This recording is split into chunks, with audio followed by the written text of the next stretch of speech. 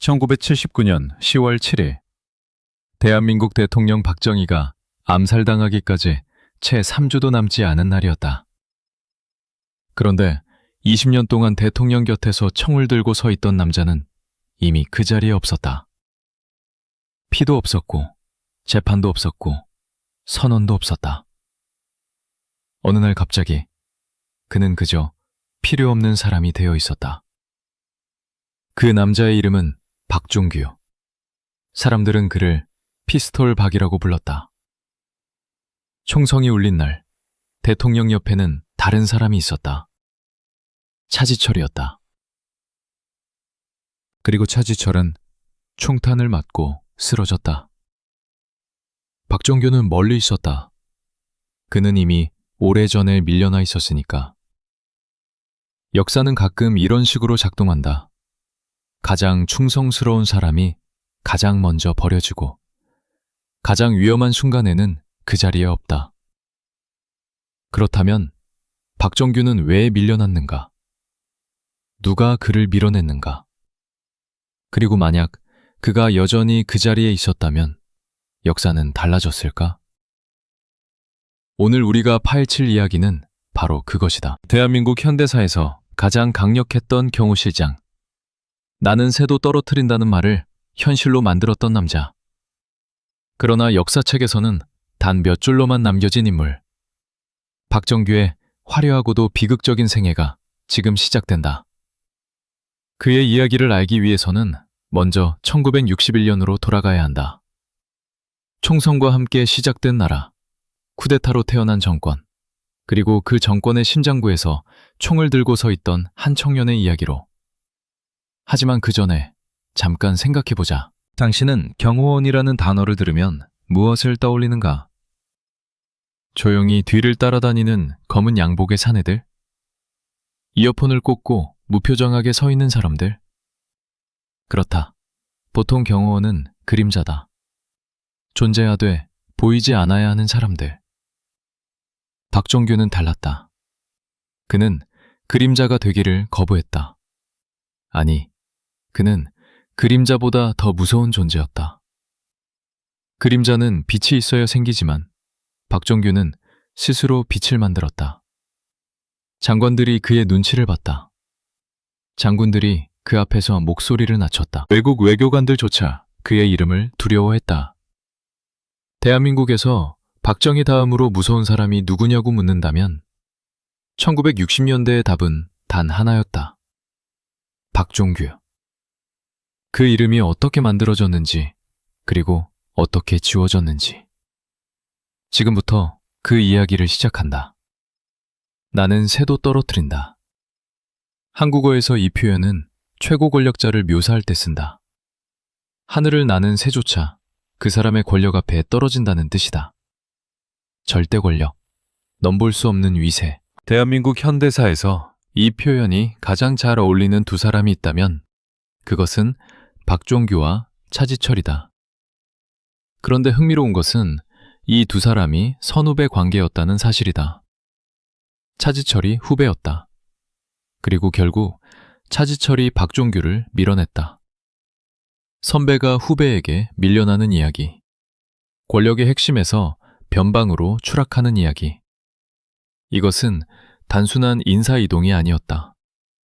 이것은 박정희 정권의 본질을 보여주는 하나의 축소판이었다. 박종규는 1933년 경남 함안에서 태어났다. 가난한 집안이었다. 특별한 배경도 없었다. 그가 가진 것은 오직 두 가지였다. 뛰어난 사격 실력, 그리고 박정희라는 사람과의 인연. 사격 실력이야 타고난 것이었다. 하지만 박정희와의 인연은 역사가 만들어준 것이었다. 1950년대 말, 젊은 장교 박종규는 군 내부에서 두각을 나타내기 시작했다. 그의 사격 실력은 이미 군 내에서 전설이었다. 어떤 거리에서도, 어떤 상황에서도 그의 손에 들린 총은 정확하게 목표를 맞췄다. 그래서 붙은 별명이 피스톨 박이었다. 그런데 진짜 전설은 따로 있었다. 당시 군 내부에서는 이런 이야기가 돌았다. 박종규가 사격 훈련 중에 보여준 실력이 어찌나 대단했던지 그것을 직접 목격한 상관들이 입을 다물지 못했다고. 그리고 그 소문은 결국 한 사람의 귀에까지 들어갔다. 박정희였다. 역사의 아이러니는 여기서 시작된다. 총 잘 쏘는 사람을 찾던 박정희, 그 총의 주인이 된 박종규. 이 두 사람의 만남은 단순한 군 인사의 결과가 아니었다.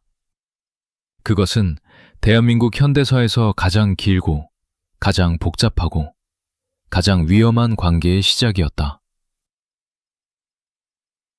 1961년 5월 16일 새벽 3시 탱크가 한강 다리를 건넜다.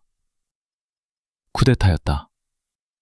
박정희가 이끄는 군사혁명위원회는 불과 몇 시간 만에 대한민국을 장악했다. 그리고 그 새벽 박정희의 바로 옆에서 총을 들고 서 있던 사람이 있었다. 박종규였다. 그날 이후 박종규의 삶은 완전히 달라졌다. 아니, 대한민국의 역사가 달라졌다. 쿠데타 이후 박정희는 권력을 공고히 하면서 가장 먼저 한 일 중 하나가 경호체계를 정비하는 것이었다. 그리고 그 핵심에 박종규를 앉혔다. 이것은 단순한 농공행상이 아니었다. 박정희는 자신의 목숨을 지킬 사람으로 오직 한 사람만을 신뢰했다. 피스톨박. 권력의 핵심이 된다는 것은 무엇을 의미하는가? 돈인가? 명예인가? 아니다. 진짜 권력의 핵심에 있다는 것은 당신이 모든 것을 알게 된다는 뜻이다. 누가 누구를 배신했는지, 어떤 장관이 뒤로 돈을 받았는지, 어떤 나라가 어떤 조건으로 접근해왔는지. 박종규는 그 모든 것을 알았다. 그리고 그것이 그를 무서운 사람으로 만들었다. 동시에 그것이 결국 그를 위험한 사람으로 만들었다. 1961년의 대한민국은 지금과는 완전히 다른 나라였다. 전쟁이 끝난 지 8년밖에 되지 않았다. 서울의 거리는 아직 전쟁의 상흔을 안고 있었다. 무너진 건물들, 미군 부대 주변의 판자촌, 굶주린 아이들, 1인당 국민소득은 $80 수준이었다. 오늘날의 한국을 아는 사람이라면 믿기 어렵겠지만 당시 대한민국은 세계에서 가장 가난한 나라 중 하나였다. 필리핀보다 못 살았고 가나와 비슷한 수준이었다. 이런 나라에서 군사 쿠데타가 일어났다. 5월 16일 새벽, 박정희가 이끄는 군부는 허정과도 내각을 무너뜨리고 권력을 장악했다. 민주주의는 하루아침에 멈췄다. 국회는 해산됐다. 정당 활동은 금지됐다. 군사혁명위원회, 곧 국가재건 최고회의가 대한민국의 모든 권력을 손에 쥐었다. 그리고 박종규는 그 권력에 가장 가까운 자리에 있었다. 경호실장이라는 직함은 듣기에 단순해 보인다. 대통령을 지키는 사람, 총을 들고 옆에 서 있는 사람. 하지만 박종규에게 경호실장이라는 자리는 그 이상을 의미했다. 그것은 박정희에게 가장 가까운 사람이라는 뜻이었다. 24시간, 365일. 대통령이 어디를 가든, 누구를 만나든, 무슨 말을 하든, 박종규는 그 자리에 있었다. 이것이 얼마나 대단한 권력인지 이해하기 위해서는 당시 한국의 정치 구조를 알아야 한다. 박정희 정권에서 권력은 접근성에 의해 결정됐다. 대통령에게 얼마나 가까이 접근할 수 있는가? 얼마나 자주 대통령을 볼 수 있는가? 얼마나 자유롭게 대통령과 이야기를 나눌 수 있는가? 이것이 곧 권력의 크기였다. 장관이 대통령을 만나려면 몇 주씩 기다려야 했다. 비서실을 통해 보고서를 올리고 면담을 신청하고 승인을 기다려야 했다. 박종규는 노크 없이 들어갔다. 그것이 전부였다. 그리고 그것으로 충분했다. 1960년대 초 박종규가 얼마나 강한 권력을 가지고 있었는지를 보여주는 일화들이 있다. 당시 장관들 사이에서는 이런 말이 돌았다고 한다. 박 실장 눈밖에 나면 끝이다. 실제로 박종규의 심기를 거스른 고위 공무원들이 하루아침에 자리를 잃는 일이 반복됐다. 그 이유가 공식적으로 발표되는 경우는 드물었다. 그냥 어느 날 없어져 있었다. 그의 방식은 간단했다. 정보를 장악하고 접근을 통제하고 필요하다면 두려움을 이용했다. 피스톨 박이라는 별명은 단순히 총을 잘 쏜다는 의미가 아니었다. 그것은 언제든 총을 쓸 수 있는 사람이라는 경고였다. 한편 박종규는 단순한 폭력의 화신이 아니었다. 그는 영리했다. 그는 박정희가 무엇을 원하는지 누구보다 잘 알았다. 박정희는 신뢰를 원했다. 배신당하는 것을 가장 두려워하는 사람이었다. 쿠데타로 권력을 잡은 사람은 언제나 자신도 쿠데타로 권력을 잃을 수 있다는 것을 안다. 박정희는 늘 주변을 의심했다. 누가 진짜이고 누가 가짜인지, 누가 충성스럽고 누가 기회를 엿보는지. 박정규는 그 불안을 정확하게 이해하고 있었다. 그래서 그는 충성을 보여주는 것에 최선을 다했다. 단순히 말로만이 아니라 행동으로, 몸으로. 박정희가 어디를 가든 먼저 현장을 살폈다. 박정희가 무엇을 먹기 전에 먼저 확인했다. 박정희가 누구를 만나든 그 사람의 뒷조사를 마쳤다. 그것은 단순한 직업적 의무가 아니었다. 박종규에게 그것은 생존의 방식이었다. 왜냐하면 박종규는 알고 있었기 때문이다. 박정희의 신뢰를 잃는 순간 자신이 무엇을 잃게 되는지를. 권력만이 아니었다. 어쩌면 목숨도. 1960년대 중반이 되자 박종규의 권력은 정점에 달했다. 대통령 경호실은 단순한 경호 조직이 아니었다. 그것은 대통령의 사적 정보기관이자 박종규의 개인 권력 기반이었다. 경호실 요원들은 전국 각지에 배치돼 있었다. 정치인들의 동향을 파악했다. 군 내부의 움직임을 감시했다. 중앙정보부조차 박정규의 경호실과 정보를 공유해야 했다. 피스톨 박. 나는 새도 떨어뜨리는 남자. 그런데 그 남자가 어떻게 밀려나게 됐을까? 그 이야기를 하기 위해서는 한 가지를 먼저 이해해야 한다. 권력의 가장 위험한 적은 외부에 있지 않다. 권력의 가장 위험한 적은 언제나 내부에 있다. 그리고 박정규의 경우 그 적은 그가 직접 키운 사람 중에서 나왔다. 차지철. 그 이름은 다음 장에서 본격적으로 등장한다. 하지만 지금 이 시점에서 한 가지만 기억해두자. 1979년 10월 26일 박정희가 총을 맞던 그 순간 대통령 옆에서 함께 총을 맞고 쓰러진 사람이 바로 차지철이었다. 박종규가 아니라 박종규는 살아남았다. 하지만 그가 살아남을 수 있었던 이유는 이미 오래전에 그 자리에서 밀려나 있었기 때문이다. 살아남은 것이 축복인가 저주인가?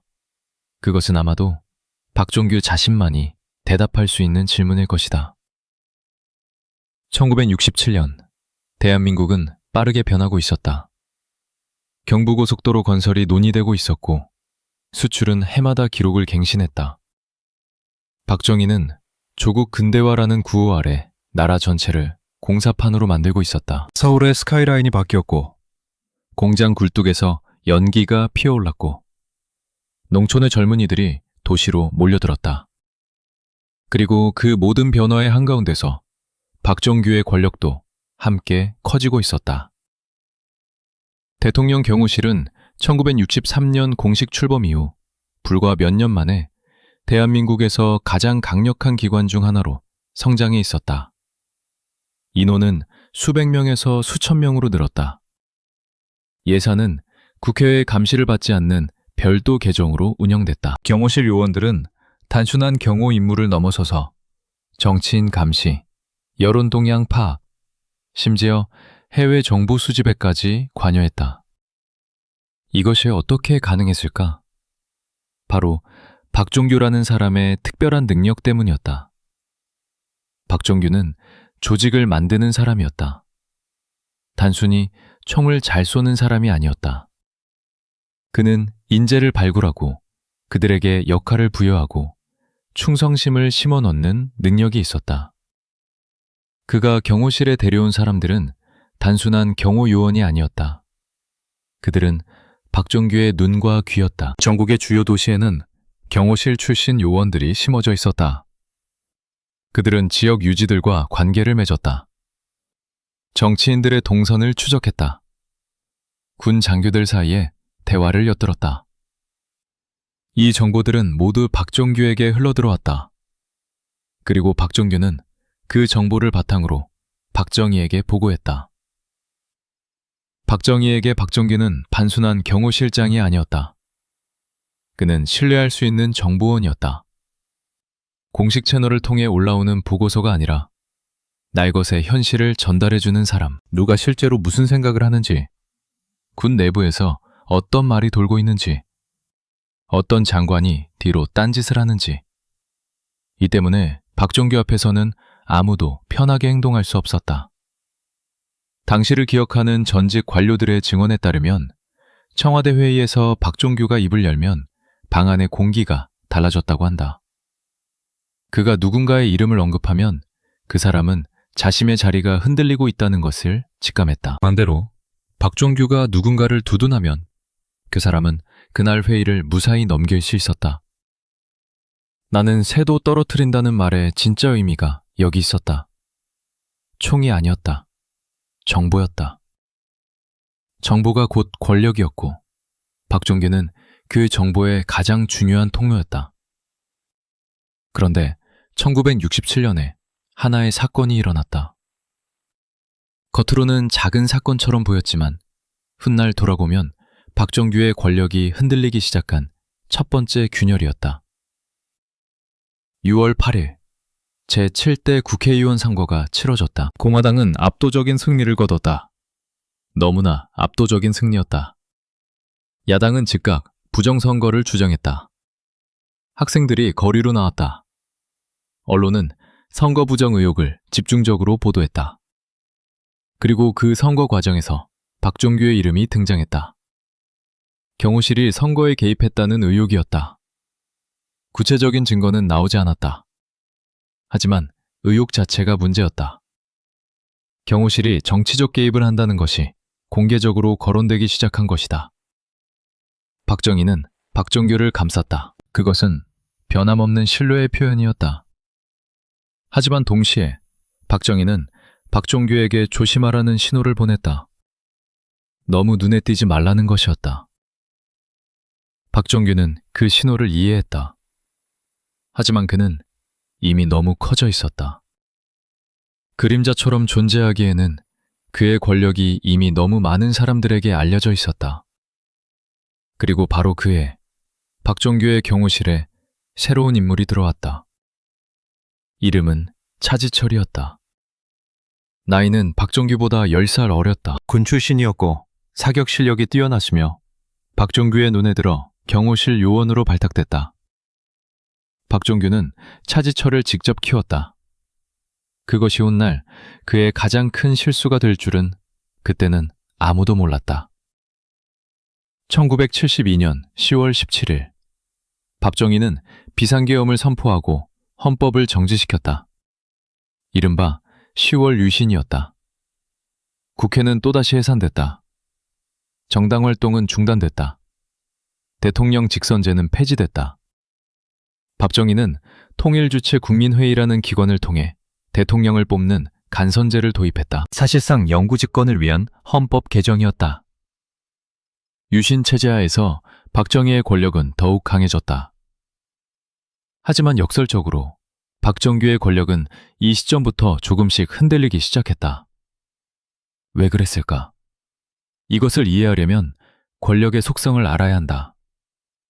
권력은 혼자서는 유지되지 않는다. 권력은 끊임없이 경쟁한다. 박종규가 경호실을 강화하면 할수록 중앙정보부는 더 강해져야 했다. 경호실이 정치에 개입하면 할수록 청와대 비서실은 자신들의 영역을 지키려 했다. 유신 이후 박정희 주변에는 여러 권력 집단이 형성됐다. 중앙정보부, 경호실, 청와대 비서실, 군 수뇌부. 이들은 모두 박정희의 신뢰를 얻기 위해 경쟁했다. 그리고 그 경쟁은 때로 노골적인 충돌로 이어졌다. 박정규는 그 경쟁에서 처음에는 압도적으로 앞서 있었다. 그의 무기는 두 가지였다. 박정희와의 오랜 개인적 신뢰, 그리고 경호실이 축적한 방대한 정보망. 하지만 1970년대 중반이 되면서 상황이 달라졌다. 박정희는 변하고 있었다. 나이가 들면서 그는 점점 더 폐쇄적이 됐다. 측근들의 숫자를 줄였다. 만나는 사람들을 선별했다. 예전처럼 허물없이 대화를 나누는 것이 어려워졌다. 그리고 그 변화 속에서 박정규의 방식은 점점 박정희의 취향과 어긋나기 시작했다. 박정규는 직설적인 사람이었다. 그는 불편한 진실도 거리낌 없이 보고했다. 그 사람 믿을 수 없습니다. 그 계획은 문제가 있습니다. 지금 민심이 나빠지고 있습니다. 젊은 시절의 박정희는 그런 직원을 높이 샀다. 자신을 속이지 않는 사람으로 박정규를 신뢰했다. 하지만 유신 이후의 박정희는 달랐다.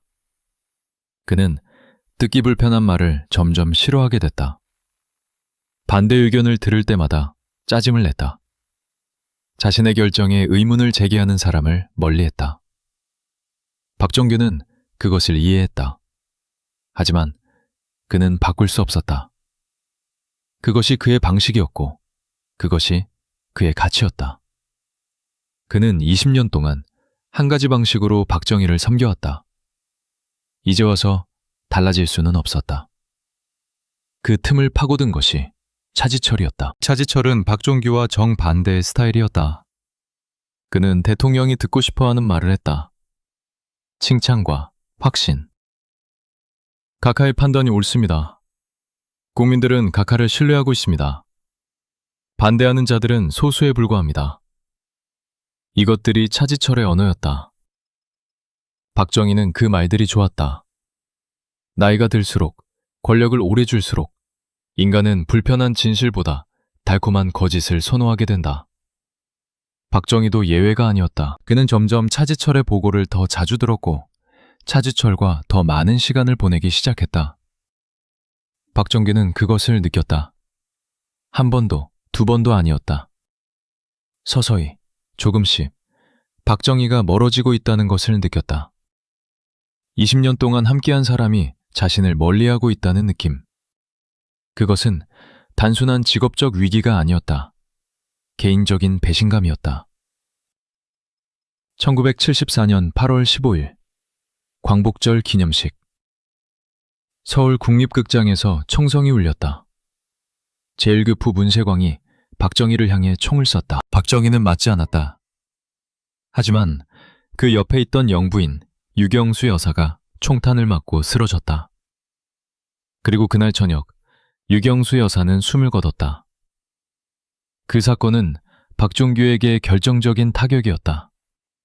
경호실장으로서 대통령 가족을 지키지 못했다는 책임이 그에게 돌아왔다. 정정들은 이 기회를 놓치지 않았다. 경호실의 허점, 경호체계의 문제, 박정규의 무능. 이런 말들이 청와대 내부에서 조심스럽게 하지만 집요하게 퍼져나갔다. 박정희는 공개적으로 박종규를 질책하지 않았다. 하지만 그 이후 무언가가 달라져 있었다.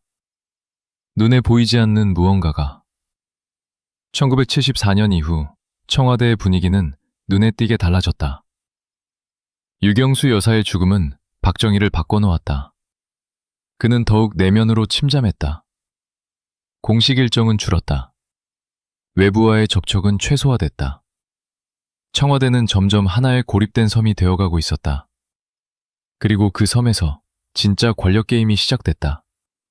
차지철은 영리한 사람이었다. 그는 박정규 밑에서 오래 일하면서 권력이 어떻게 작동하는지를 정확하게 배웠다. 박정규에게서 배운 것이었다. 대통령과의 접근성, 정보의 독점, 경쟁자의 제거. 그런데 차지철이 박종규에게서 배우지 못한 것이 하나 있었다. 절제였다. 박종규는 아무리 권력이 강할 때도 선을 넘지 않는 법을 알았다. 그는 박정희의 종이었고 그 사실을 잊지 않았다. 자신의 권력이 어디서 나오는지를 알았다. 그래서 그는 언제나 박정희의 그늘 안에 있었다. 차지철은 달랐다. 그는 점점 스스로가 권력의 원천이라고 착각하기 시작했다. 1974년 말부터 차지철은 조직적으로 박종규를 고립시키기 시작했다. 방법은 정교했다. 직접 공격하지 않았다. 대신 박정희에게 흘러들어가는 정보를 조금씩 조작했다. 박종규에 대한 나쁜 소문은 과장했고 좋은 성과는 축소했다. 박종규를 지지하는 사람들과 박정희 사이를 은근하게 차단했다. 동시에 차지철은 자신의 사람들을 경호실 요직에 심기 시작했다. 처음에는 티가 나지 않았다. 하나, 둘, 셋. 하지만 1975년이 되자 경호실 내부의 균형이 달라져 있었다. 박종규의 사람들은 외곽으로 밀려났고 차지철의 사람들이 핵심 자리를 채우고 있었다.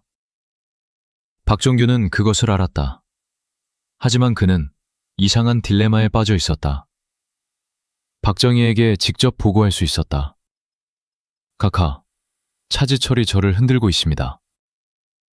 하지만 그것은 자신이 약하다는 것을 인정하는 것이었다. 20년 동안 강한 모습만 보여온 사람이 갑자기 저를 지켜주십시오 라고 말하는 것은 불가능했다. 그것은 그의 방식이 아니었다. 그렇다고 차지철을 직접 제거할 수도 없었다. 차지철은 이미 박정희의 신뢰를 얻고 있었다. 차지철을 공격하는 것은 박정희의 판단을 공격하는 것이 될 수 있었다. 박종규는 선택지가 좁아지는 것을 느꼈다. 1975년과 1976년, 박종규는 여전히 공식적으로 경호실장 자리에 있었다.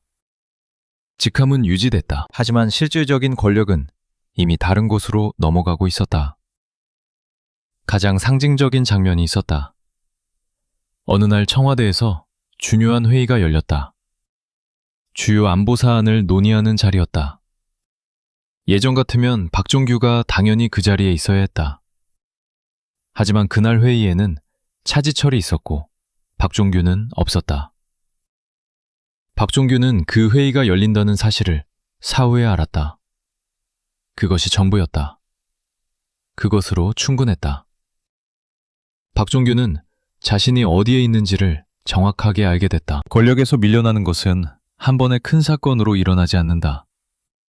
그것은 작은 신호들의 축적이다. 회의에서 제외되는 것, 보고서가 늦게 전달되는 것, 대통령과의 면담 횟수가 줄어드는 것. 예전에는 무시했던 사람들이 이제 자신의 눈치를 보지 않는 것. 박종규는 그 모든 신호를 느꼈다. 1977년, 박종규는 결국 경호실장 자리에서 물러났다. 공식 발표는 조용했다. 전보였다. 다른 자리로 옮기는 것이었다. 하지만 그 다른 자리는 아무런 실권이 없는 자리였다.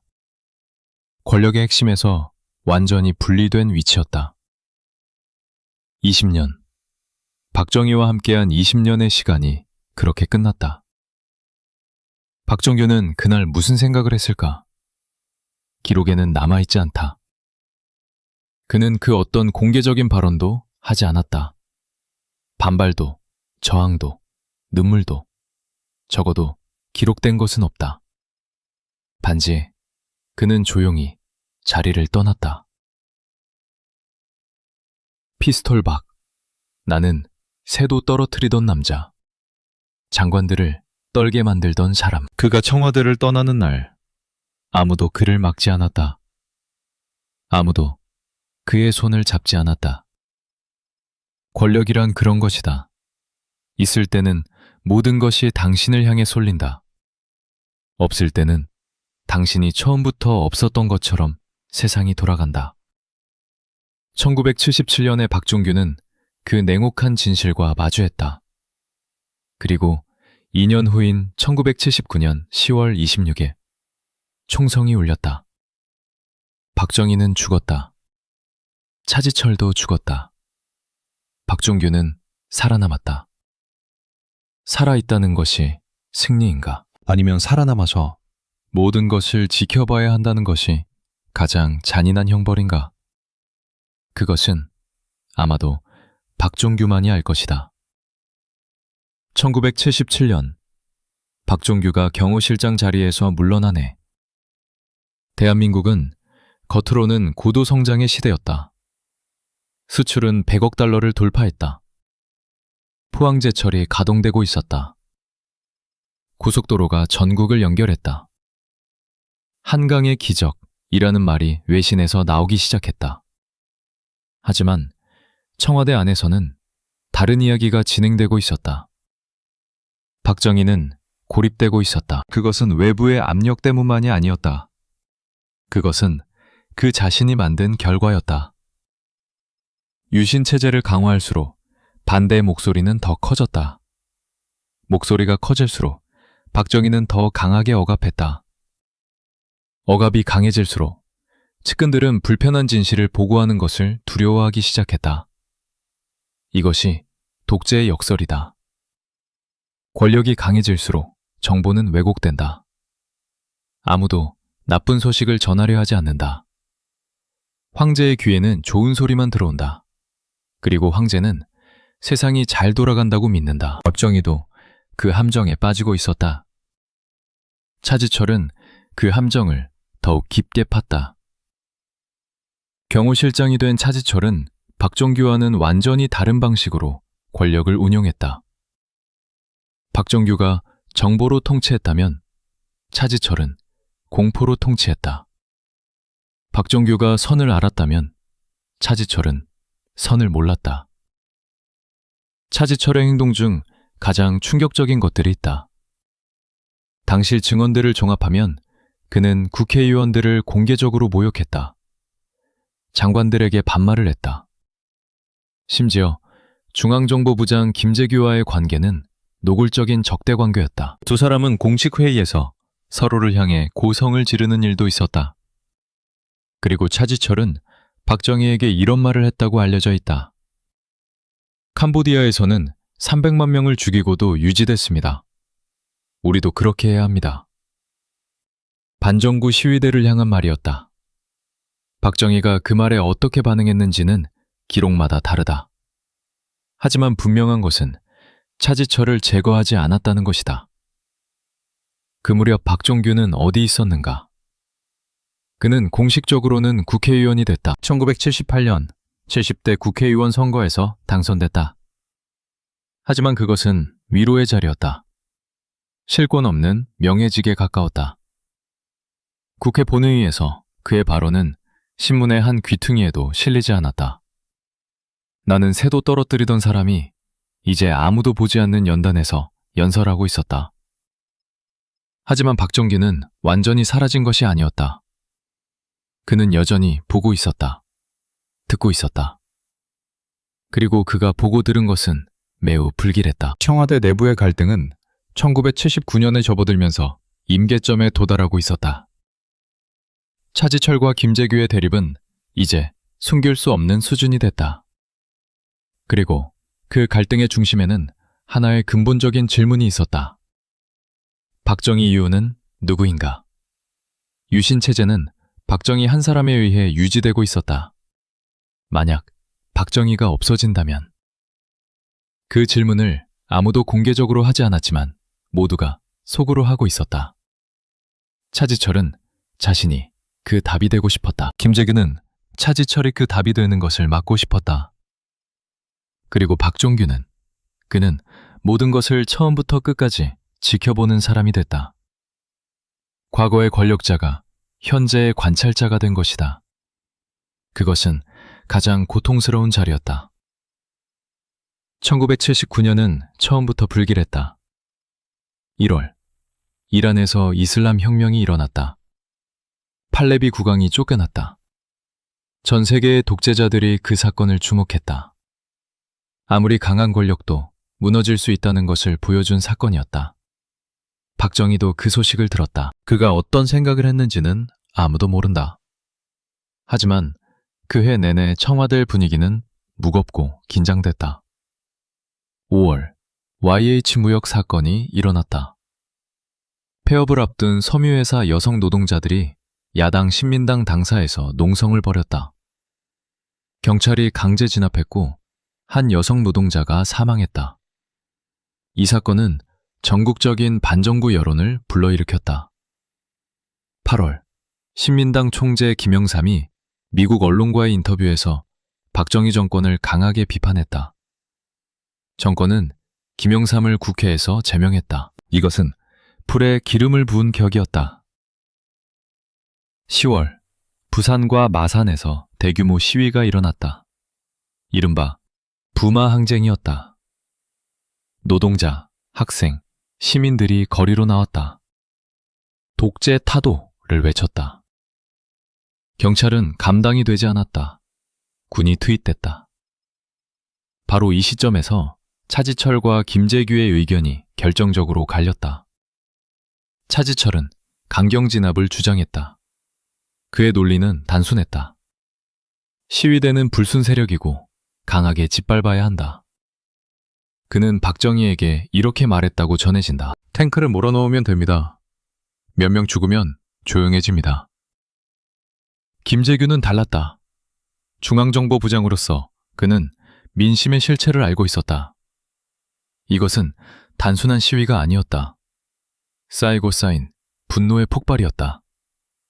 강경 진압은 불을 끄는 것이 아니라 기름을 붓는 것이었다. 두 사람은 박정희 앞에서 충돌했다. 공개적으로, 격렬하게. 박정희는 누구의 손을 들어줬을까? 기록에 따르면 박정희는 결론을 내리지 않았다. 회의는 결론 없이 끝났다. 하지만 박정희의 표정과 태도는 차지철에게 더 우호적이었다는 증언이 있다. 김재규는 그것을 보았다. 그리고 10월 26일이 다가왔다. 그날 저녁, 서울 궁정동 안가. 박정희, 차지철, 김재규, 그리고 몇 명의 수행원들이 저녁 식사를 함께했다. 분위기는 겉으로는 평온했다. 술이 오갔다. 가수가 노래를 불렀다. 하지만 그 자리에 앉은 사람들 중 누군가는 이미 결심을 하고 있었다. 박정규는 그 자리에 없었다. 그는 2년 전에 이미 그 세계에서 밀려나 있었다. 만약 그가 그 자리에 있었다면 무언가가 달라졌을까? 그것은 역사에서 가장 소용없는 질문 중 하나다. 하지만 가장 흥미로운 질문이기도 하다. 피스톨박이 옆에 있었다면.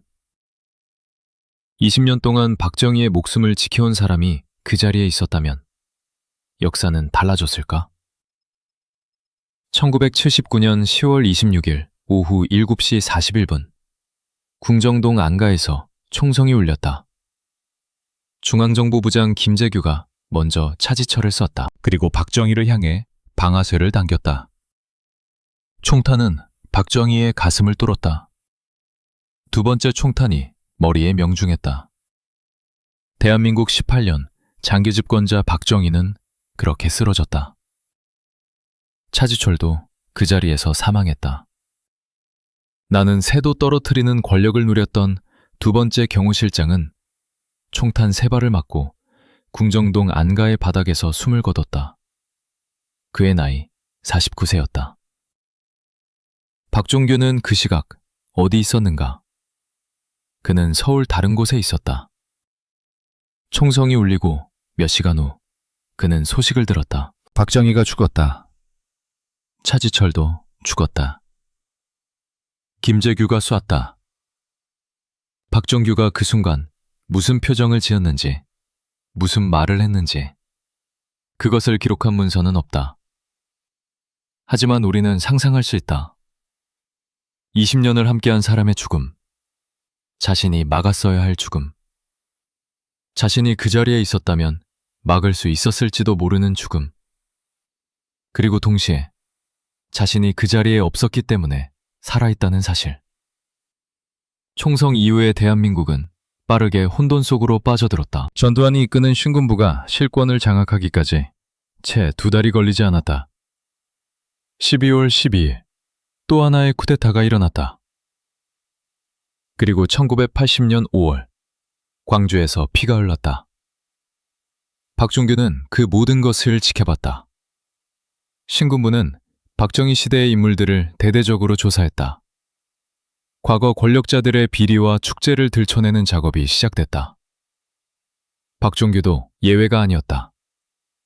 그는 경호실장 재임 기간 동안의 각종 비위 의혹으로 조사를 받았다. 구체적으로 제기된 의혹들은 충격적이었다. 경호실 예산의 사적 유용, 기업들로부터의 강제 헌금, 측근들에 대한 불법 특혜, 정치 개입 과정에서의 권력 남용. 이것들이 박정규에게 씌워진 혐의들이었다. 일부는 사실로 확인됐고 일부는 정치적 공격의 성격이 강했다. 1980년 박정규는 결국 구속됐다. 그 장면을 상상해보라. 한때 장관들이 벌벌 떨었던 사람, 박정희의 절대적 신뢰를 받았던 사람. 나는 새도 떨어뜨리던 권력의 화신이 포승줄에 묶여 끌려가는 장면을, 권력의 속성이 얼마나 잔인한지를 보여주는 장면이었다. 하지만 박정규의 이야기는 여기서 끝나지 않는다. 그가 구속되고 조사받고 처벌받는 과정에서 의외의 사실이 드러났다. 박정규가 축적한 것들 중에는 단순한 개인 축제만이 아닌 것들도 있었다. 그는 수십 년에 걸쳐 방대한 기록을 남겨두고 있었다. 누가 무슨 말을 했는지, 어떤 회의에서 무슨 결정이 내려졌는지, 어떤 사람이 언제 박정희에게 무슨 보고를 올렸는지. 박정규는 단순한 경호원이 아니었다. 그는 기록자였다. 20년의 역사를 몸으로 기억하는 사람이었다. 그리고 그 기억은 새로운 권력에게는 위험한 것이었다. 신군부가 박종규를 처리하는 방식은 흥미롭다. 완전히 없애지 않았다. 대신 조용하게 처벌하고 조용하게 사회에서 지워나갔다. 그것이 박종규를 다루는 가장 안전한 방법이었다. 그를 순교자로 만들어서는 안 됐다. 하지만 그가 가진 것들이 세상에 나와서도 안 됐다. 박종규는 결국 형을 살고 출소했다. 그 이후의 삶은 철저하게 기록에서 지워졌다. 공개 활동이 없었다. 인터뷰가 없었다. 회고록이 없었다. 피스톨박. 20년 동안 대한민국 권력의 심장구에 있었던 사람. 그는 그렇게 역사의 뒤편으로 사라졌다. 하지만 그가 사라진 것이 자발적인 것이었을까? 아니면 누군가에 의해 지워진 것이었을까? 그것이 이 이야기에서 가장 불편한 질문이다. 박종규가 알고 있던 것들, 박정희 시대의 진짜 이면들, 그것들이 세상에 나왔다면 대한민국의 현대사는 어떻게 다시 써졌을까? 우리가 아는 박정희의 역사, 우리가 배운 그 시대의 이야기들 중에서 얼마나 많은 부분이 박정규가 알고 있는 진실과 다를까? 그 질문에 답할 수 있는 사람은 이제 없다. 박정규는 2015년에 세상을 떠났다. 향년 82세. 부고 기사는 몇 줄에 불과했다. 전 대통령 경호실장 박정규 별세. 그것이 전부였다. 나는 새도 떨어뜨리던 사람의 마지막이었다. 2015년 봄, 서울의 한 병원. 박종규가 눈을 감았다. 향년 82세. 장례식은 조용했다. 언론은 거의 다루지 않았다. 한때 그의 이름 하나로 장관들이 벌벌 떨었던 나라에서 그의 죽음은 뉴스 하단의 단신 기사 하나로 처리됐다. 포털 사이트 실시간 검색어에도 오르지 않았다. 젊은 세대는 그 이름조차 몰랐다. 피스톨박. 나는 새도 떨어뜨리던 사람의 마지막이었다. 그런데 여기서 우리는 멈춰야 한다. 그리고 물어야 한다. 왜 박종규는 지워졌는가? 단순히 시간이 흘렀기 때문인가? 아니면 누군가가 의도적으로 그를 지웠기 때문인가? 이 질문에 답하기 위해서는 박종규가 가진 것이 무엇이었는지를 다시 생각해야 한다. 그는 1961년부터 1977년까지 16년 동안 박정희의 가장 가까운 자리에 있었다. 그 16년은 대한민국 현대사에서 가장 결정적인 시간이었다. 5.16 쿠데타의 실행, 중앙정보부의 창설과 운영, 한일협정의 체결, 베트남 파병, 삼성개헌, 유신 선포, 이 모든 사건들의 현장에 박종규가 있었다. 공식 역사는 이 사건들에 대해 많은 것을 기록했다. 하지만 공식 역사가 기록하지 않은 것들도 있다. 밀실에서 나눈 대화, 공식 회의록에 올라오지 않은 결정들, 표면에 드러나지 않은 거래들, 역사책에 나오지 않는 이름들. 박종규는 그것들을 알았다. 그리고 바로 그렇기 때문에 그는 위험한 사람이었다. 박정희 이후의 권력에게도, 그 다음 권력에게도 그가 입을 열면 너무 많은 것이 흘러나올 수 있었다. 그래서 그는 조용히 처벌받았고, 조용히 사회에서 분리됐고, 조용히 잊혀졌다. 그것이 우연인가? 아니면 설계인가? 한 가지 더 생각해야 할 것이 있다. 박종규와 차지철의 이야기는 단순한 두 개임의 갈등이 아니다. 그것은 권력의 속성에 대한 하나의 우화다. 충성스러운 사람이 반드시 살아남는 것이 아니다. 강한 사람이 반드시 이기는 것이 아니다. 권력은 언제나 자신에게 필요한 사람을 선택한다. 그리고 그 필요가 사라지는 순간 그 사람도 버려진다. 박종규는 그것을 몸으로 배웠다. 20년의 충성이 2년 만에 지워지는 것을 두 눈으로 봤다. 그리고 자신을 밀어낸 사람이 결국 자신보다 먼저 죽는 것도 봤다. 차지철은 1979년 10월 26일에 죽었다. 박종규는 그로부터 36년을 더 살았다. 그 36년 동안 박종규는 무슨 생각을 했을까? 후회했을까? 아니면 안도했을까? 혹은 그 두 가지가 뒤섞인 감정 속에서 살았을까? 기록이 없다. 그는 끝까지 입을 열지 않았다. 하지만 2013년 박종규는 생전을 마지막으로 공개적인 자리에 모습을 드러낸 적이 있다. 박정희 전 대통령 서거 34주기 추도식이었다. 그는 조용히 참석했다. 헌화했다.